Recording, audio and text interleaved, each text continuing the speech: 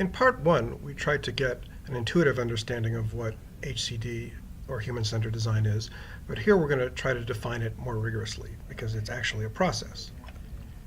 Now, what you're looking at here is a highly simplified and also highly idealized process.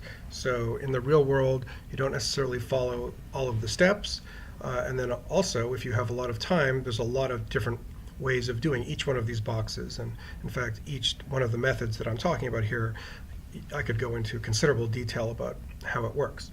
Now, so for each method, there's going to be a purpose. So let's start with the first box, which is ethnography. Now, ethnography is actually just what it sounds like. When you hear the word ethnography, you probably have an image of anthropologists going to some remote island somewhere and getting binoculars and hiding behind bushes and observing people. And actually, that's exactly what it is. They may not be hiding behind bushes, but the idea is to go and observe your users doing the thing that they will be doing with your product in the real world. And so you're trying to observe them as in their natural habitat as much as possible. And typically, even when you talk to them, you won't ask them leading questions, but you ask very open-ended questions to try to understand how they accomplish a certain task.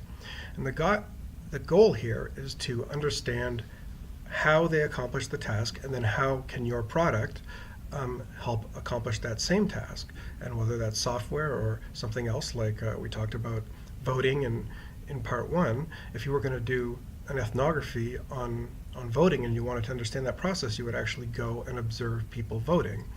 And so you would get a better understanding of what the voting process is. And you might ask them some questions afterwards about that process that would help you understand how you could improve that experience. So, the purpose of ethnography is to collect requirements, and then we move on to the design phase, where the purpose is to produce a human-centric solution. Now, design is a bit of a black art. There's lots of different types of design and lots of ways of going about design, but of course this is where you actually produce the thing that you're trying to build. It's not the actual coding, it's just the design. Now, once you've designed it, you're very often going to create a prototype, and the reason you create the prototype is that you want to test it. What's core to the HCD process is actually testing the thing that you've designed. And so the purpose, of course, of the test phase is to validate your design solution. And what happens is you validate it, and then what's going to happen is you're going to find out that there's a lot of problems. That's almost always what happens, and that's why design is a bit of a black art. So then you're going to begin to improve it by addressing the problems you found in the usability test, and then you might add those to the prototype and test again, and then it just goes on and on.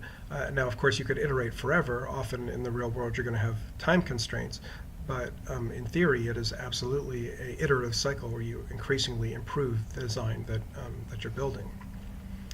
Now, people are often very interested in testing, and what is testing, often referred to as usability testing. And there's multiple different types that are at various levels of formality.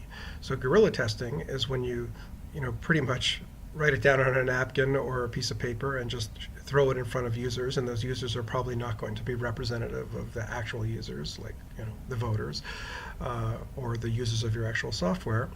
But it's just to get a pulse on whether people understand what your design looks like. Wizard of Oz testing is where it involves usually at least two people, because what happens is you have a selection of screens. They're not actually working, they're not actually connected to any code or anything like that, but if a person presses a button on the screen or pushes a button on a piece of paper, then the person behind the curtain, as it were, goes and finds the screen that corresponds to that to having pressed the button, and then puts that screen in front of them.